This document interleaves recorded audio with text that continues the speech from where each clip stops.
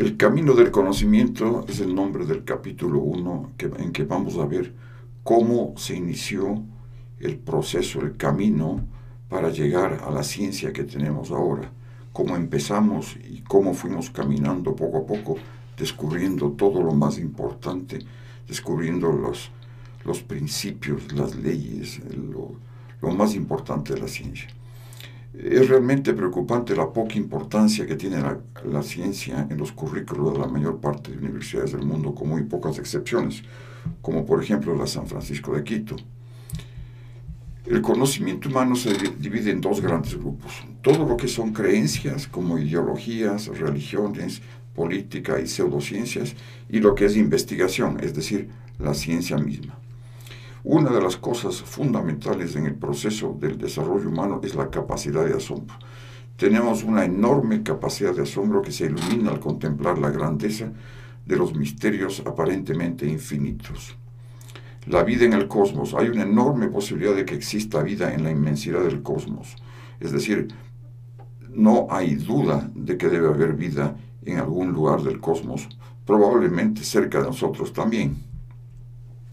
Las cosas maravillosas. Una de las maravillas del cielo nocturno despejado es poder admirar el brazo de Orión, que es donde se ubica nuestro sistema solar, que es parte de la Vía Láctea, nuestra galaxia con todo su esplendor. El brazo de Orión es un brazo que está en la parte externa de la galaxia y nosotros estamos muy lejos del centro de la galaxia, y por eso es que puede haber vida en el planeta Tierra. Cosmología y astrofísica. Los científicos, al tratar de entender el universo, han desarrollado una nueva ciencia que se denomina cosmología. Los modelos de la realidad. Necesitamos desarrollar modelos de la realidad para poder entender la enorme complejidad del mundo y del universo. La estrella de la cultura. Según Bunge, la ciencia es lo más deslumbrante y asombroso de la cultura humana, ¿no? Y esto es algo que debemos tener muy en cuenta, porque sin esta cultura no podemos estar bien. El ascenso del hombre. Bronowski señala que el hombre es un ser especial, con dones muy especiales que lo hacen único. Es el modificador de la naturaleza y de los paisajes por medio de su capacidad para crear e innovar. Las civilizaciones. Las primeras civilizaciones que sentaron los fundamentos de la ciencia y de la cultura occidental fue la griega antigua.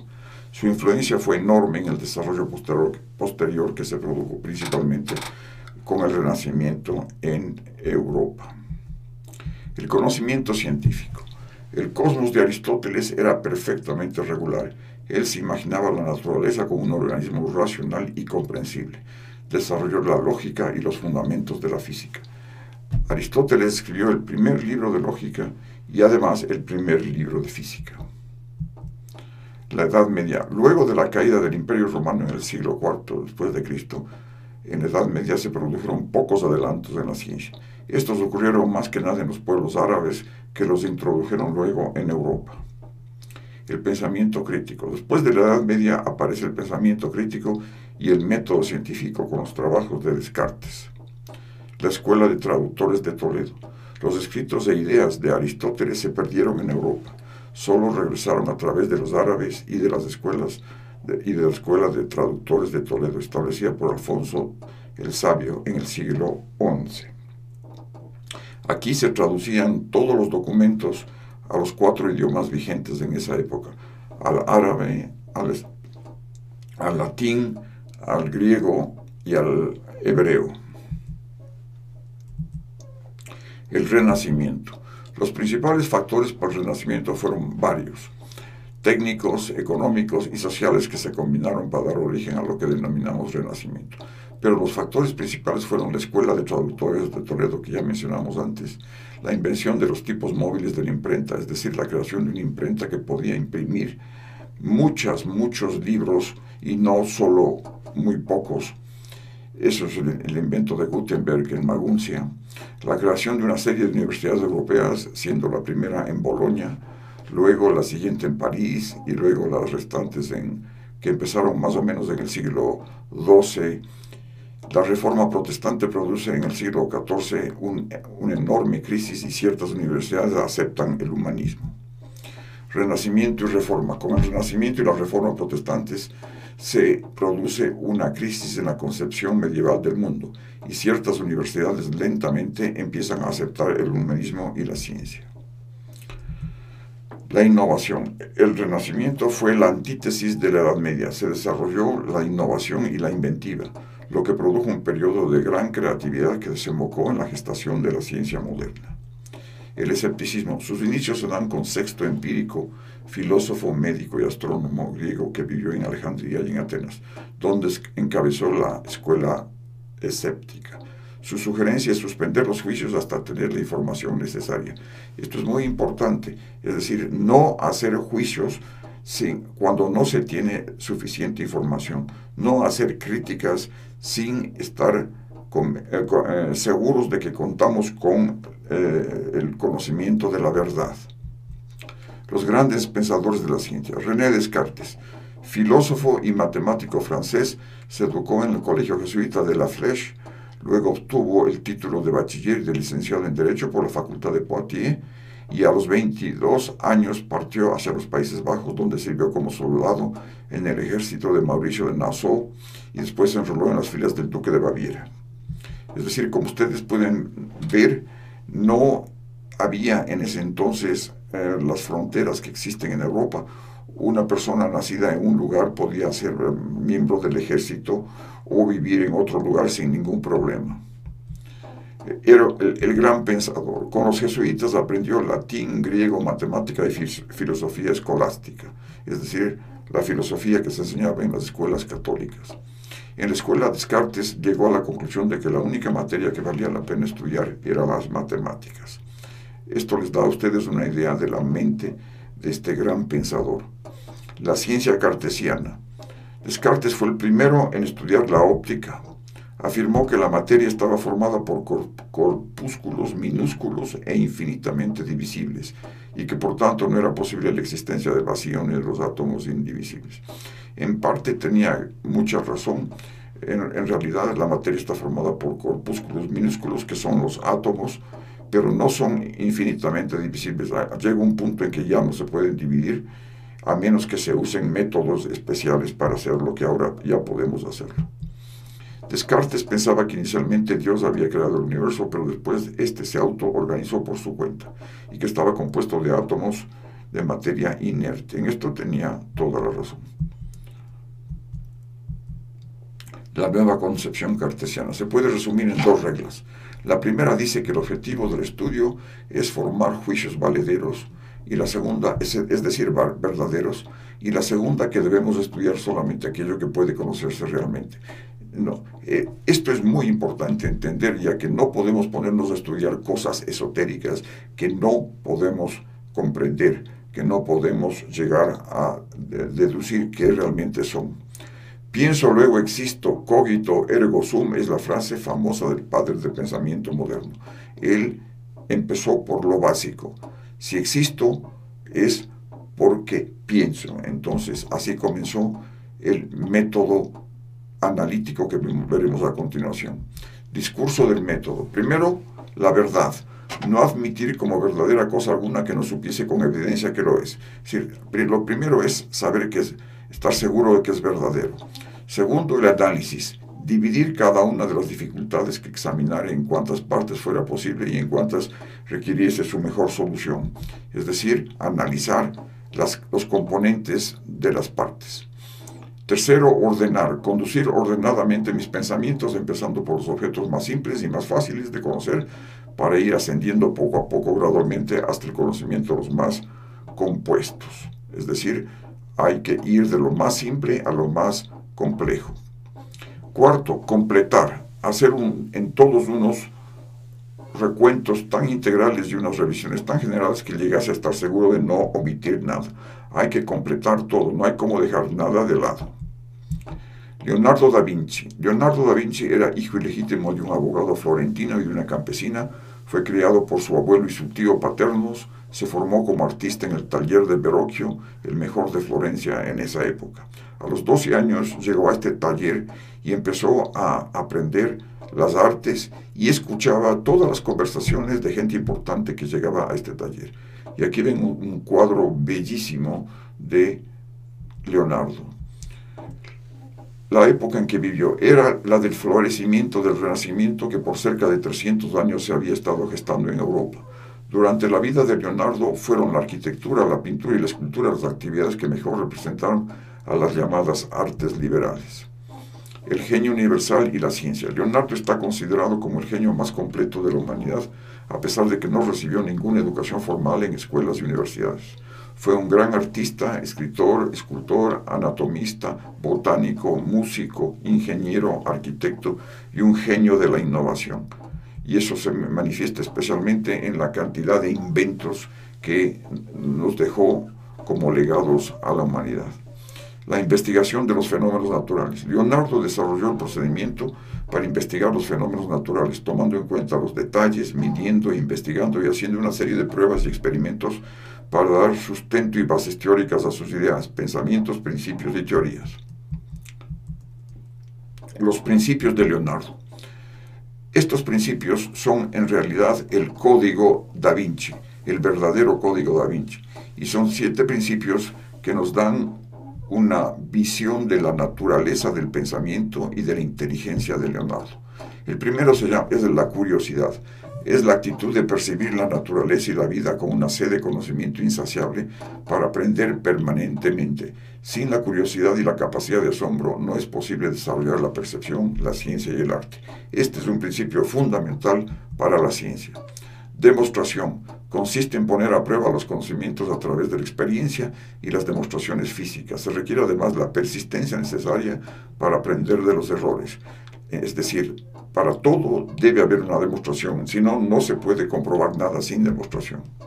Sensibilidad es el continuo refinamiento de nuestros sentidos, especialmente de la capacidad de observar para reconocer, percibir y entender la realidad del mundo que nos rodea. La percepción es la base fundamental del desarrollo científico y de la ciencia, es decir, sensibilidad, parte fundamental para poder percibir la realidad. Complejidad consiste en la voluntad para reconocer y aceptar las paradojas, la ambigüedad y la incertidumbre que surgen de la complejidad del universo.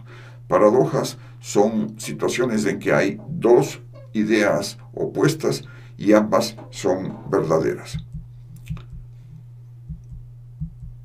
Arte-ciencia. Se trata del desarrollo del arte y la ciencia paralelamente, de lograr un cierto equilibrio entre la lógica y la imaginación, un concepto fundamental de Leonardo. Corporalidad, del cultivo de la gracia, la ambidextraza, la coordinación de movimientos, del porte y de la imagen mental que tenemos de nosotros mismos.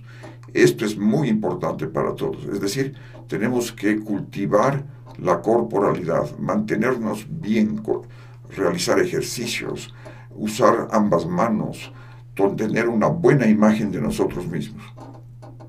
Conexiones. Son el reconocimiento de las interconexiones de todos los elementos de los sistemas que conforman el cosmos y nuestro planeta.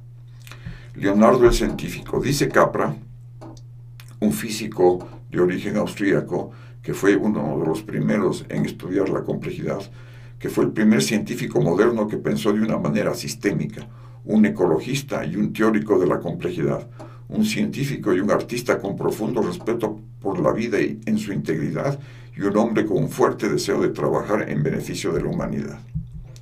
Estos son algunos de los dibujos y cuadros que realizó y esculturas que realizó Leonardo.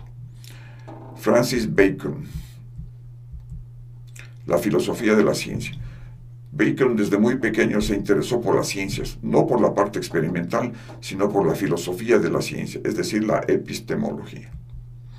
El avance del conocimiento. Entre las obras de Bacon se destacan el avance del saber, en que aboga por lograr nuevos descubrimientos y sus aplicaciones a la vida diaria, no solamente con fines científicos. Aquí vemos la importancia que le da Bacon y en general en Inglaterra la gente educada a la utilidad de los conocimientos. El pensamiento crítico. Bacon pide desarrollar el pensamiento crítico y sabio en todas las ocasiones. Expone que aquellos que no están dispuestos a aplicar nuevos remedios deben esperar muchos problemas y dificultades. Es muy importante entender que no es suficiente el pensamiento crítico. Debe ser crítico y sabio para poder presentar alternativas una vez que se ha hecho una crítica, proponer nuevas fórmulas, nuevas soluciones, y eso es muy importante. Galileo Galilei, dos grandes personalidades, nacieron en 1564. Galileo en la ciudad italiana de Pisa y William Shakespeare en la ciudad inglesa de Stratford-on-Avon. Galileo proviene de una familia culta florentina. La verificación experimental. Galileo estaba convencido de que para avanzar con el conocimiento científico era indispensable verificar las teorías experimentalmente y combinarlas con la lógica inductiva y el razonamiento deductivo matemático. Aquí vemos la importancia de la experimentación. Galileo fue el maestro de la experimentación y de la verificación experimental. El telescopio. Los holandeses habían desarrollado un catalejo primitivo de pocos aumentos, parecido a los que se ven en las películas de piratas. Trataron de venderlo en Venecia. Galileo, que estaba al servicio de la República de Venecia y que era probablemente el mejor científico e inventor de este tiempo, lo mejoró notablemente, logrando convertirlo en un verdadero telescopio con hasta 30 aumentos. Los descubrimientos de Galileo. Descubrió la trayectoria parabólica, la inercia y la relatividad, así como las leyes del movimiento uniformemente acelerado, que veremos más adelante. Los dos sistemas del mundo. En su libro declaró que el sistema heliocéntrico no era simplemente una hipótesis, sino que era la verdad, y afirmó que para discutir sobre los problemas físicos deberíamos partir no de la autoridad de los pasajes bíblicos, sino de las experiencias de los sentidos y de las demostraciones necesarias. Las nuevas ciencias. Galileo, en su prisión domiciliaria, se dedicó a escribir su último libro, Diálogo sobre dos nuevas ciencias, que trata sobre la mecánica, que tratamos extensamente en el capítulo 3 de este texto. Galileo, la Inquisición le obligó a que lea una renuncia a sus ideas presentadas en sus libros anteriores, y le condenaron a prisión perpetua en su casa. No podía salir de su casa, y aquí aprovechó para escribir el libro más importante que nos dejó sobre la ciencia. Newton, el gran genio del nacimiento de la ciencia moderna. Isaac Newton fue un niño muy especial. Los misterios de la naturaleza es el libro que le sirvió de inspiración cuando era pequeño y le permitió desarrollar sus capacidades científicas, ya que hacía anotaciones del libro y listas alfabéticas de palabras bajo distintos títulos. Tanto Galileo como Newton fueron personas que estudiaron solos, que aprendieron solos, y esto se puede probar que aquellas personas que aprenden solos han sido las personas más importantes en la ciencia. La filosofía natural se dedicó a investigar e interpretar los últimos avances en matemáticas y ciencias y se concentró en las obras de Copérnico, Brahe, Kepler, Galileo y otros. Filosofía natural es la forma como se le llamaba a la ciencia en esa época. El cálculo. Newton realizó descubrimientos fundamentales en matemáticas que le fueron de gran utilidad en su carrera científica, como las fluxiones o lo que ahora llamamos cálculo diferencial. Aquí vemos un cuadro en que se puede ver, este es tomado del libro Principia de Newton, y se puede ver que si Newton decía que si se pone un cañón en la punta de una montaña y se empieza a disparar balas cada vez con más potencia, se puede llegar a un punto en que la bala se da la vuelta completamente a la Tierra.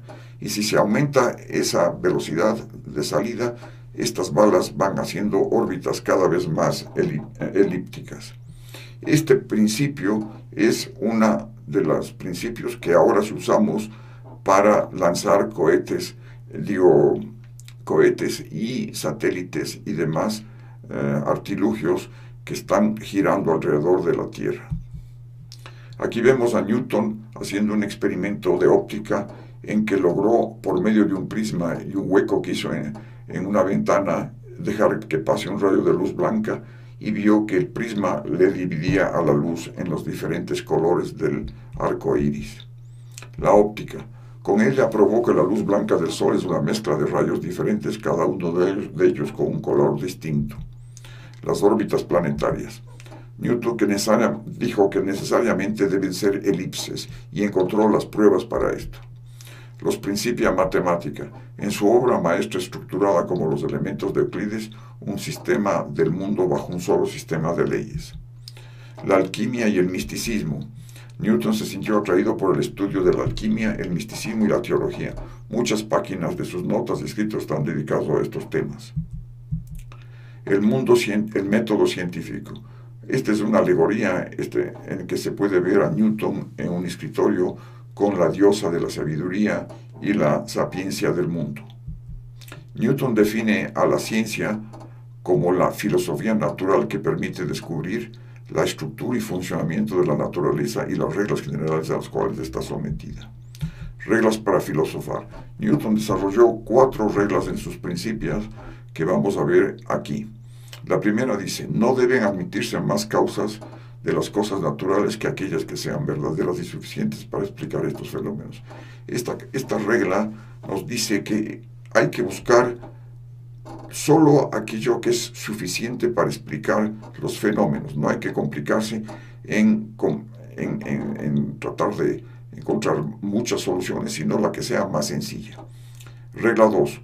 Por ello, en tanto que sea posible, hay que asignar las mismas causas a los mismos efectos naturales del mismo género. Este es el fundamento de la causalidad, es decir, que a los mismos efectos se producen, a los mismos efectos hay necesariamente las mismas causas. Regla 3. Han de considerarse cualidades universales de los cuerpos, aquellos que no pueden aumentar o disminuir y que afectan a todos los cuerpos sobre los cuales es posible hacer experimentos. Esta regla nos dice que hay que unir el cielo con la tierra, es decir, lo que pasa en la tierra también sucede en el cielo. Y esto fue un acierto muy, muy importante en esa época. Y la cuarta regla dice que las proposiciones obtenidas por inducción a partir de los fenómenos, pese a las hipótesis contrarias, han de ser tenidas en filosofía experimental por verdaderas. Es decir, cuando se hace una demostración, no importa que las hipótesis sean contrarias, hay que tomar en cuenta este fenómeno, este experimento, para realizar las hipótesis verdaderas.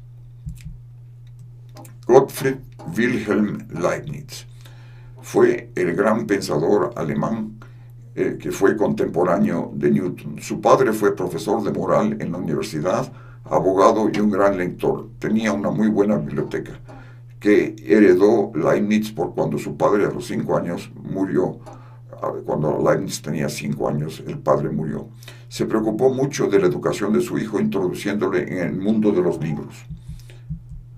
El autodidacta. A los 12 años ya había leído a Platón, Aristóteles, Virgilio y los demás clásicos latinos. A los 13 años leyó a los escolásticos y a los 15 a los modernos como Bacon, Kepler, Galileo, Descartes y otros. Es decir, vemos aquí nuevamente un autodidacta, es decir, aquel que aprende solo. Y a los 15 años ya tenía un conocimiento muy importante de los principales descubrimientos filosóficos y científicos de esa época. La lógica simbólica. En un libro llamado Disertación sobre el arte combinatorio, sentó las bases teóricas de la lógica simbólica, dando nueva vida a la lógica aristotélica y que nos permite ahora diseñar ordenadores, robots y calculadoras. La lógica simbólica, por ejemplo, es la lógica para el álgebra, para la química y para todo, y la matemática en general, en que se usan símbolos para poder realizar operaciones lógicas. Cálculo de diferencias. Publica su cálculo de diferencias y dice que el cálculo no es otra cosa que una operación mediante símbolos que tiene lugar no solo en el caso de las cantidades, sino también en cualquier otro razonamiento.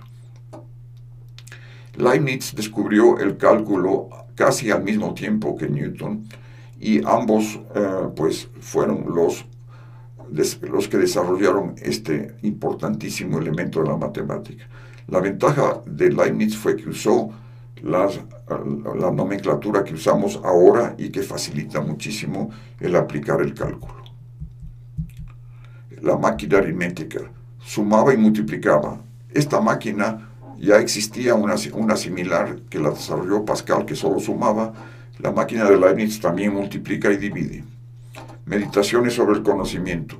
Es una recopilación de su sistema filosófico que se fundamenta en un proceso de inferencias válidas que permitiría la comunicación entre los científicos del mundo. Es decir, un lenguaje científico, un idioma de la ciencia, y eso es lo que tenemos ahora. La curiosidad universal. Fue una persona con una curiosidad universal. Se interesaba por la filosofía, la ciencia y las matemáticas de su tiempo y exploró temas desconocidos con una rigurosidad muy grande. El lenguaje simbólico es su contribución más importante por medio de íconos o símbolos como la química, por ejemplo. Sus matemáticas. Leibniz introdujo el concepto de función y estableció las relaciones entre las funciones y la geometría analítica, que es la base del cálculo. El espacio y el tiempo. Llegó a la conclusión de que vivimos en el mejor de los mundos posibles y que el espacio y el tiempo no existen, y por tanto espacio y tiempo son meras suposiciones perniciosas. Esto resultó ser totalmente correcto. Realmente vivimos en el mejor mundo posible. Los otros mundos que conocemos no permiten la vida, no son adecuados para la vida y por tanto esta aseveración es correcta. Y además es correcto lo que dice sobre el espacio y tiempo, que son suposiciones, es decir, que no son absolutos como decía Newton. Los principios de Leibniz. Para Leibniz el conocimiento depende de principios que llegaron a 10. El discurso de metafísica planteó los problemas más importantes de la filosofía. La actitud ante el pasado filosófico, el método, el origen de las ideas, la comunicación de las sustancias, la interpretación del hombre como razón, la libertad, la gracia, la persona, la moralidad, el mal, el infinito y Dios. Charles Darwin, el gran pensador del siglo XIX que desarrolló la prueba para la evolución. Darwin nació en la ciudad de Shrewsbury, Inglaterra. Su padre fue un próspero médico de campo, hijo de Erasmus Darwin, el médico y biólogo famoso por su pensamiento evolucionista en el siglo XVIII. Como vemos, Darwin no inventó el concepto de evolución, ya Aristóteles fue el primero en hablar de evolución, es decir, que los seres vivos descienden de otros seres vivos que vivieron antes. Pero hubo una serie de personas que colaboraron en esto, incluyendo el abuelo de Darwin. Joshua Wedgwood y la sociedad lunar. Fue el abuelo materno de Darwin que logró dominar la técnica del cocido de la cerámica al determinar la temperatura del horno por medio del color de la llama. Era además miembro de esta llamada sociedad lunar. Wedgwood logró desarrollar la cerámica de color blanco, sin dibujos y mucho más barata que la cerámica pintada, que requería muchísimo trabajo, y de esta manera pudo hacer una empresa tremendamente exitosa económicamente, y esto permitió que Darwin nunca tenga necesidad de trabajar. Semillero intelectual. La sociedad lunar fue el semillero intelectual de la revolución industrial en Inglaterra. Ahí se reunían grandes personalidades de esa época para conversar de tecnología, ciencia y otros temas. Se llama lunar porque se reunían un día al mes, el día de luna llena, porque de esta manera podían regresar en sus caballos a sus casas sin tener accidentes. La curiosidad científica. Se afirma que la curiosidad humana no es un talento innato, sino que se va formando de acuerdo con las cambiantes situaciones que motivan a los investigadores. Y esto es precisamente lo que sucedió con Charles Darwin. El viaje del Beagle. Este es el barco que ustedes ven aquí, que zarpó de Inglaterra en 1830 aproximadamente, para realizar la cartografía de los puertos de Sudamérica especialmente y de otros lugares de Asia, ya que en esa época Sudamérica ya estaba independiente del Imperio Español y los ingleses querían hacer comercio con los distintos puertos de Sudamérica. Por gestiones de su profesor de la universidad y después de que su familia pagó una cantidad importante, se embarcó en la nave Beagle, un barco que realizó un viaje de 5 años para cartografiar los puertos más importantes del mundo. La Atenas del Norte. Darwin fue a Edimburgo, que ya para esa época se había convertido en el centro intelectual que produjo pensadores de la talla de Hume, Adam Smith, Maxwell y otros. Adam Smith fue el que desarrolló los fundamentos de la economía. La evolución por modificaciones. En 1837 Darwin ya había descubierto que la vida evolucionaba como resultado de la descendencia con modificación y que los organismos simples podían dar origen a otros más complejos. La selección natural. La selección natural es una consecuencia de los cambios geológicos de la Tierra a lo largo de miles de millones de años en que la vida cambió y se adaptó para poder sobrevivir. Esta es la explicación que encontró Darwin a los procesos evolutivos. Albert Einstein. Albert Einstein fue el gran pensador del siglo XX. Nace en una Europa convulsionada por los movimientos socialistas y comunistas. Era el siglo XIX. En el sur de Alemania, en la ciudad de Ulm. En esta época el capitalismo monopólico necesitaba urgentemente de nuevos mercados para poder seguir su proceso expansivo, por lo que comenzó la creación y expansión de los imperios europeos.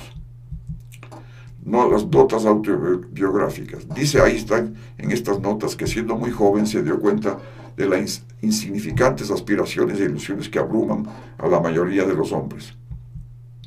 El mundo y su realidad. Para Einstein, la comprensión del mundo externo y su realidad pasó a ser la preocupación principal de su vida. Descubrir lo oculto. La brújula le impresionó de manera profunda, ya que se dio cuenta de que detrás de las cosas aparentes debía existir algo muy oculto. La electrodinámica. Einstein admiraba especialmente la electricidad y la electrodinámica de Faraday, Maxwell y Hertz. Esto veremos en capítulos siguientes, todos estos grandes pensadores. Los experimentos mentales. Einstein se propuso imaginar cómo sería viajar a la velocidad de luz y comenzó enfocando el problema del éter desde una nueva perspectiva. El pensamiento complejo. Edgar Morin es el filósofo de la complejidad.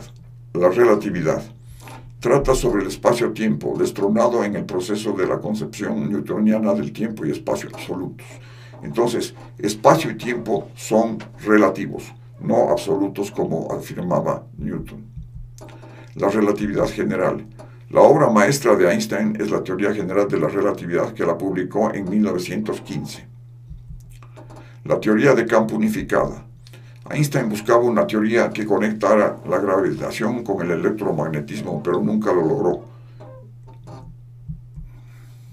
Los sistemas complejos desafían la capacidad de la mente humana, ya que no pueden ser exactamente definidos. Un conjunto de reglas sencillas produce sistemas muy complejos. El imperativo de la interdependencia. Morin afirma que los sistemas complejos del universo son interdependientes. La relatividad trata sobre el espacio-tiempo destronando en el proceso la concepción newtoniana del tiempo y espacio absolutos. Esto es lo que les mencioné antes y que también Leibniz había dicho, que no existe ni espacio ni tiempo absolutos. La relatividad general. La obra maestra de Einstein es la teoría general de la relatividad, que la publicó en 1915. La teoría de campo unificada. Einstein buscaba una teoría que conectara la gravitación con el electromagnetismo, pero nunca lo logró. Los sistemas complejos desafían la capacidad de la mente humana, ya que no pueden ser exactamente definidos. El imperativo de la interdependencia. Como dijimos antes, afirma que los sistemas complejos del universo son interdependientes. Thomas Kuhn fue el autor del concepto de las revoluciones científicas. Thomas Kuhn era profesor de Harvard, me parece, consideró que el estudio histórico es indispensable para entender cómo se han desarrollado las teorías científicas y para conocer por qué en ciertos momentos unas teorías han sido aceptadas antes que otras. El ciclo de Kuhn empieza con lo que se llama la ciencia normal. Luego este modelo empieza a tener modificaciones, empieza a cambiar y se produce una crisis del modelo y aparece un modelo revolucionario, un cambio de paradigmas que permite volver a la ciencia normal. Estructura de las revoluciones científicas. Kuhn hace un análisis muy interesante de los cambios de paradigmas científicos e indica que estas revoluciones científicas se inician cuando un paradigma existente deja de funcionar adecuadamente. Los paradigmas son para Kuhn las realizaciones científicas universalmente reconocidas que durante cierto tiempo proporcionan modelos de problemas y soluciones a una comunidad científica. La ciencia normal. Los científicos se pasan estudiando e investigando las anomalías, discrepancias e inconsistencias, y esto se denomina ciencia normal. las revoluciones tecnológicas. A partir de 1700 se consolidó la tecnología que permitió el cambio de las habilidades manuales a la tecnología. La revolución industrial. La transición económica. La revolución industrial es la transición del feudalismo mercantilista y agrícola hacia una economía capitalista con procesos de producción mecanizados para fabricar bienes a gran escala. El desarrollo industrial. Al principio la industria británica no tenía competidores. Cuando se industrializaron, otros países tuvieron que enfrentarse a la ventaja acumulada por Gran Bretaña, pero también pudieron aprovechar de su experiencia. La revolución social. La revolución industrial o inglesa no fue un paso más en la evolución del capitalismo, sino una transformación a gran escala del propio capitalismo, una verdadera revolución social. La ciencia moderna. Características de la ciencia. Gribbing afirma que la forma científica de ver el mundo tiene dos características. Primero, que se desarrolla en tan solo 400 años y segundo, que todo esto lo puede comprender la mente humana. Los modelos científicos. Un modelo es una imagen mental del aspecto que puede tener algo fundamental y además un conjunto de fórmulas matemáticas que describen su comportamiento. El método científico. Primero se hace una suposición o hipótesis, luego se determinan las posibles consecuencias de dicha suposición. A continuación comparamos los resultados del cálculo con los experimentos. Si no concuerdan con el experimento, entonces es falsa la hipótesis, como veremos más adelante. ¿Qué es la ciencia? La idea genial de los griegos. En el siglo VI a.C. desarrollaron una idea genial, que el cosmos se puede entender sin recurrir a la mitología y a los dioses del Olimpo. El cosmos es, como vimos antes, el orden del universo. Aquí vemos en este gráfico que la ciencia puede dividirse en muchísimas ciencias: geología, geoquímica, química, físico-química, física, biofísica, bioquímica, biología, paleontología, etc. Ahora sabemos que hay más de 2000 ciencias, ¿no? Definición de ciencia: una actividad cognitiva que se ocupa de la resolución de problemas mediante la aplicación de la observación, la abstracción y la lógica, ¿no? De esto ya hablamos antes. Más que observación es percepción, con teorías que son relevantes a los problemas planteados. Es la definición del diccionario. El conocimiento científico es aquello que se adquiere al conocer. Conocer es tener cognición de algo. La cognición es una condición de la conciencia y conciencia es tener conocimiento de algo. Es decir, es una definición circular que no es por tanto buena. ¿Qué requisitos debe cumplir la ciencia? Debe ser verificable, material, realista, racional, empírica y sistémica. Características del conocimiento científico. Es empírico, trascendental, analítico, especializado, claro, comunicable, verificable, metódico, sistémico, universal, legal porque tiene leyes, explicativo, predictivo porque se hacen predicciones y hay que probarlas, abierto y útil. La investigación científica. Mario Bunge, físico y filósofo de la ciencia, se doctoró en física y matemáticas y se interesó mucho por la filosofía, siendo profesor de ambas asignaturas. ¿Qué es la tecnología? Definición de Bunge. Para Ortega y Gasset. La tecnología es un estadio del conocimiento que utiliza los principios científicos para desarrollar instrumentos, artefactos, herramientas, prácticas y procesos, tanto de investigación como de producción industrial. Ortega y Gasset fue un gran filósofo español del principios del siglo XX. ¿De qué se ocupa la tecnología? Se ocupa del diseño y construcción de todo tipo de herramientas, máquinas, operaciones y mantenimiento y producción de todo tipo de construcciones, desde edificios y puentes a los más sofisticados sistemas de armas y comunicaciones satelitales. Técnica y tecnología se caracterizan por una constante transferencia de conocimientos entre ciencia y tecnología y entre las diferentes tecnologías existentes, incluyendo los sistemas económicos, sociales y naturales. El método científico. Los elementos del método son la observación, formulación de hipótesis, predicción, falsación y comprobación que conforman el método científico. Plantear el problema correcto es el primer paso. Se inicia con el reconocimiento de los hechos, al observar, examinar y clasificar y ordenar los asuntos más importantes. Deducción de las consecuencias particulares, es decir, la predicción. El método parte de la búsqueda de fundamentos lógicos que permitan deducir ciertas conclusiones que puedan ser verificadas, es decir, predecir estas conclusiones. Prueba de la hipótesis. Hay que planificar la forma en que se pueden poner a prueba las predicciones. Se deben diseñar las observaciones y mediciones a realizarse. Elaboración de la teoría. Hay que comparar los resultados con las predicciones realizadas para determinar si fueron confirmadas o no y con qué rango de error. La falsación. Las hipótesis deben ser falsables. Esto significa que deben ser susceptibles de ser falsadas. Para esto, las hipótesis deben ser lo más generales, claras y precisas posibles. Por ejemplo, una hipótesis no falsable sería: mañana tal vez llueva, ya que en ningún caso se puede falsar con mañana tal vez no llueva. Una hipótesis falsable sería: el planeta Mercurio gira en una órbita. Una hipótesis más general y por lo tanto más falsable sería: todos los planetas giran en una órbita. Las pseudociencias. Bunge las considera basuras no reciclables, virus intelectuales que pueden atacar a cualquiera, lego o especialista al punto de enfermar a una cultura completa. ¿Qué son las pseudociencias? Son creencias y formas de especulación muy peligrosas que pretenden tener un cierto carácter científico. El supremo falsificador. El hombre es el supremo creador y máximo falsificador. Puede falsificarlo casi todo, desde billetes de banco hasta la amistad, incluso puede falsificar la ciencia y la tecnología. Parapsicología. Se refiere a las manifestaciones de los espíritus, la telepatía, la clarividencia, la precognición, la telequinesia, la reencarnación y la comunicación con los muertos. Todas estas son pseudociencias. Psicoanálisis. Freud y otros postularon que una serie de entes espirituales o imaginarios como el yo, el superyo y el ello eran capaces de actuar sobre el cuerpo animándole y a veces enfermándole. Esto también resultó ser una pseudociencia.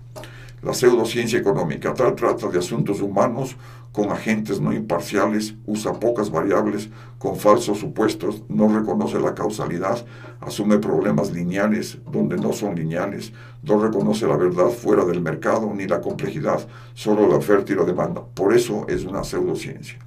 Las ideologías. En todas las sociedades modernas existen ideologías que son las creencias o la fe. Las pseudociencias son las predicciones verificables. La parapsicología, clarividencia, telepatía, psicoquinesis y precognición no son verdaderas ciencias, igual que la politología, la planeación social, las predicciones de la economía monetarista y la futurología, ya que no son científicamente verificables. ¿Qué es el mentalismo? Es la explicación de las sensaciones, la percepción, la memoria y el aprendizaje por medio del espíritu o la mente, y que no tienen nada que ver con el cerebro, es decir, no son por esto científicas. La segunda variante, la otra variante del mentalismo dice que la mente no es una sustancia, sino organización, estructura, información, y que son como el conjunto de programas o el software de una computadora. ¿Por qué es una pseudociencia? Es una pseudociencia ya que admite la existencia de fenómenos mentales que no tienen relación con la materia del cerebro, no se apoya en ninguna ciencia reconocida, ni pretende usar leyes generales que permitan aclarar estos fenómenos espirituales. Ciencia y sociedad. La ciencia y la tecnología. A partir de los movimientos sociales y estudiantiles de 1968, se percibió a la ciencia y la tecnología como parte fundamental de la sociedad y del orden constituido, y por esto le achacaron todos los males causados por políticos y empresarios. ¿Cómo manejar los cambios? En las encuestas a nivel mundial se descubre que una de las principales preocupaciones es la de entender cómo se pueden manejar los cambios que ahora se presentan con enorme rapidez e intensidad.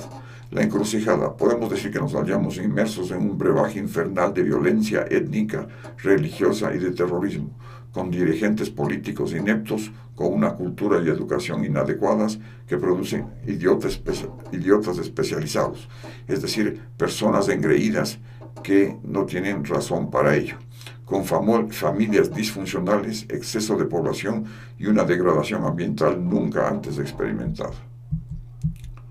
¿Qué es la religión? La religión es el conjunto de dogmas, creencias, ceremonias y procedimientos de veneración y culto de las divinidades, es decir, de Dios y de todos los santos. Diferencias entre ciencia y religión. Entre ciencia y religión hay grandes diferencias. Por ejemplo, la ciencia dice que la vida se autoorganizó espontáneamente, mientras que la religión mantiene que hubo un creador de todo, incluyendo la vida. Los conflictos. Los conflictos entre ciencia y religión existen desde que nació el pensamiento racional y crítico. Sócrates y Bruno fueron condenados porque se atrevieron a poner en duda ciertos dogmas religiosos. Estos conflictos continuarán mientras no se logre desmitificar una serie de creencias que no tienen ningún fundamento racional y real. Y eso es todo.